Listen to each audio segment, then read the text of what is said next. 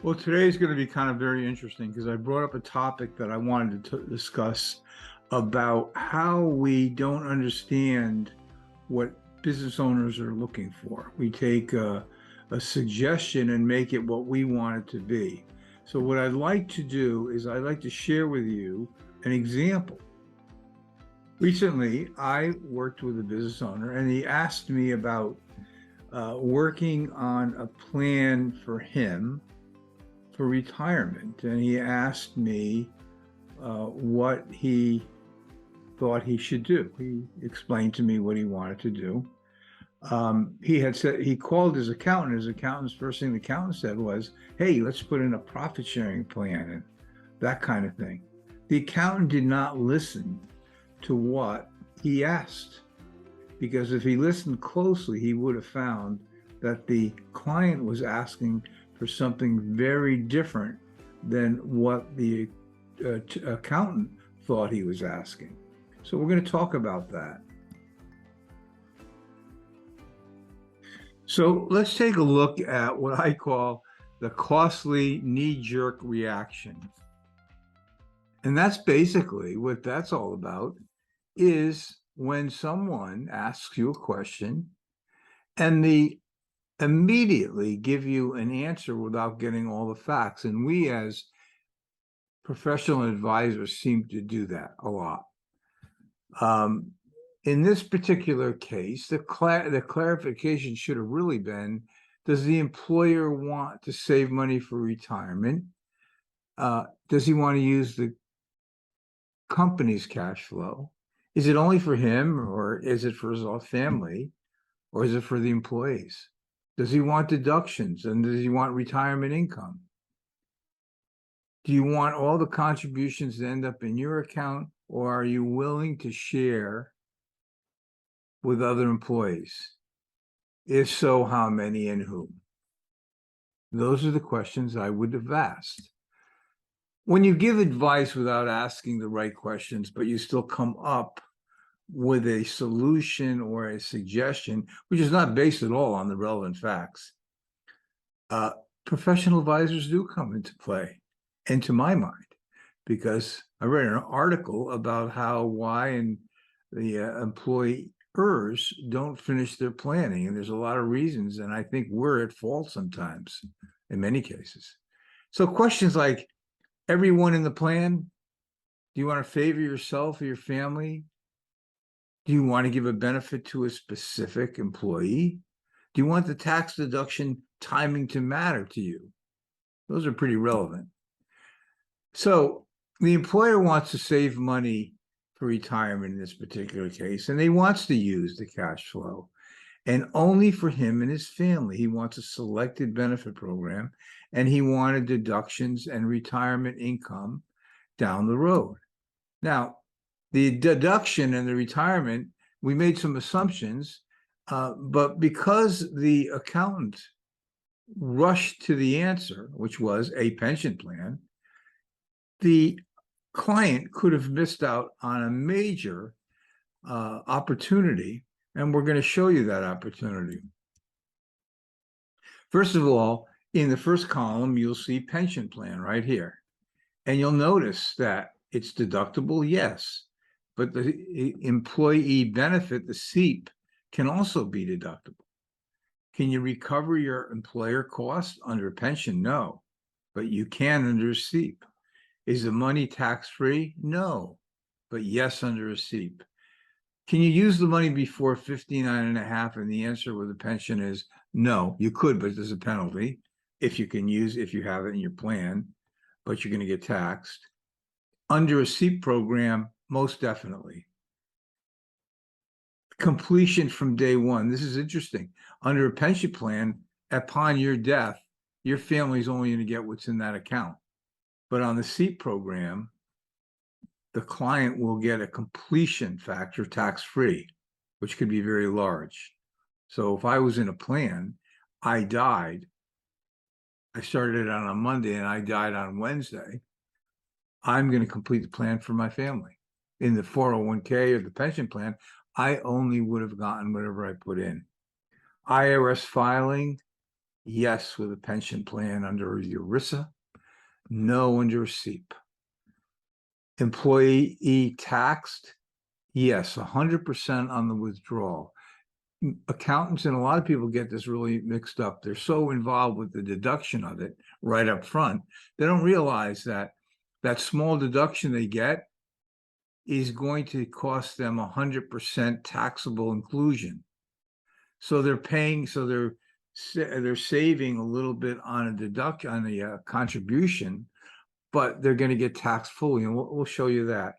And under a SEEP program, the participant will only be imputed income cost, which will turn out to be about 10% what pension plan costs are for taxes. Is there a vesting schedule? Yes. And under a SEEP, the yes, but it's optional. So if I wanted an employee to stay with me, I can design a program under the SEEP column, but I could put vested schedule to keep them there. So let's take a look at what happened here, and I'll go through the numbers very quickly. So we put in $50,000 a year for 20 years.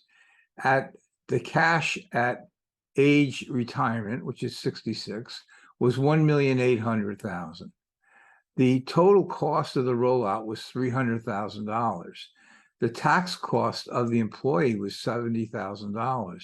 So the total cost was $370,000.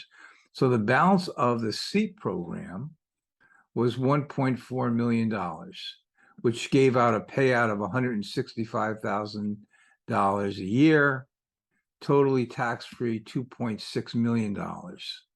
Now, out of the pocket cost was really only $70,000 because the $300,000 tax to pay back the taxes on the money came out of the policy. The insurance policy came out tax-free to pay that, but out of the pocket of the employee was that $70,000 cost over 20 years.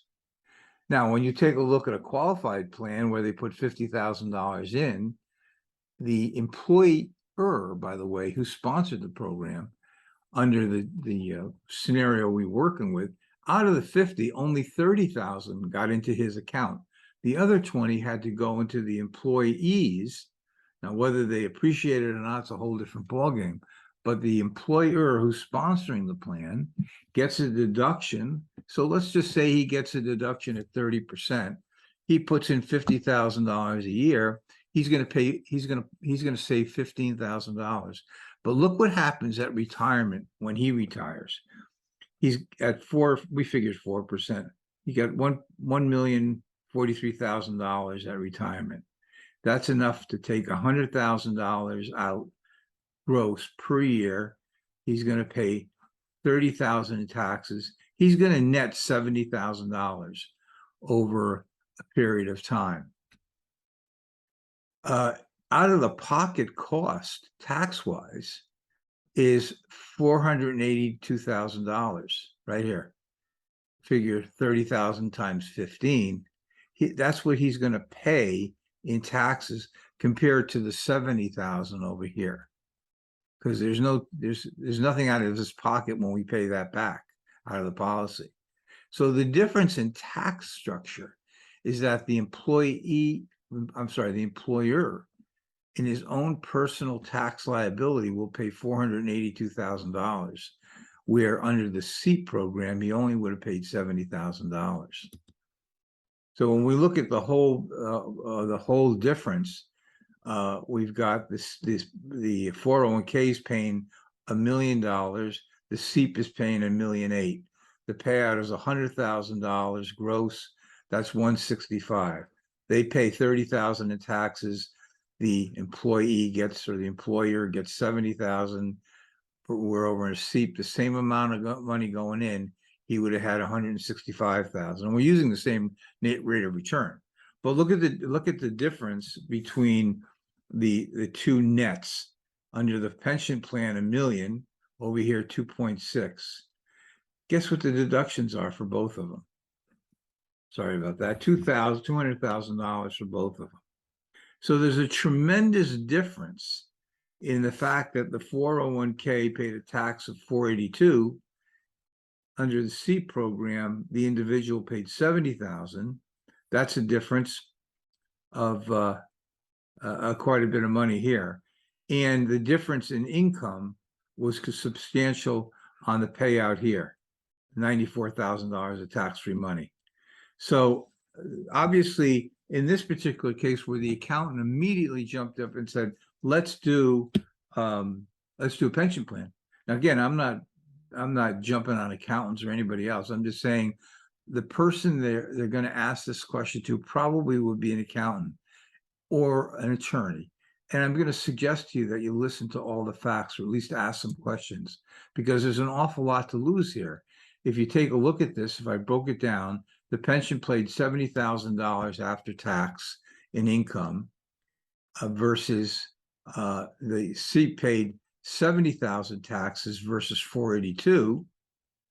The total income difference was 2.6 million tax-free versus 1 million, and the difference of 1.5 million over a 16-year payout. So it was quite a difference for the same amount of money and the same deduction. By the way, I have a great book out, and all the profits go to Wounded Warriors. Go to Amazon, ask for Unlocking Your Business DNA. It's a great book. It summarizes 50-something years in my practice, how I use strategies to help business owners. There's a lot of good stuff in there that you can use in your business. And if you have any questions, certainly give me a call at 203-530-6615, or email me at tperrone@necgginc. And also, if you're a business owner, ask me about being a guest on my podcast, Building and Protecting Your Business Worth. Thank you very much. So there you have it. The point of all this is that financial planning for business owners is complicated enough. And if we don't ask enough questions and the right questions, we're never going to give them the solution that's out there for them. In this particular case, this is a real case, there was quite a difference, as you can see with the numbers. So the takeaway here is, listen, ask more questions, get the facts, and you may find that the direction you go to satisfy the business owner might be completely different. Thanks again for tuning in. I appreciate it.